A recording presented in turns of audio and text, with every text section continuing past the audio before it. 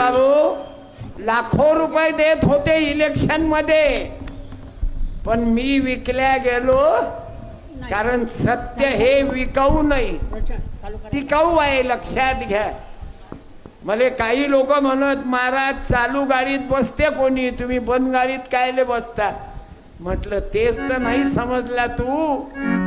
बंद गाडी कधी ना कधी चालू होतेच आणि चालू गाडी कधी ना कधी बंद होते. लक्षात घेता.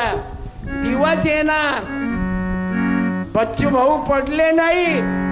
अरे लोक तर कोणालाही पाळतात. भंडारा जिल्ह्यात बाबासाहेब आंबेडकराले पाळलं.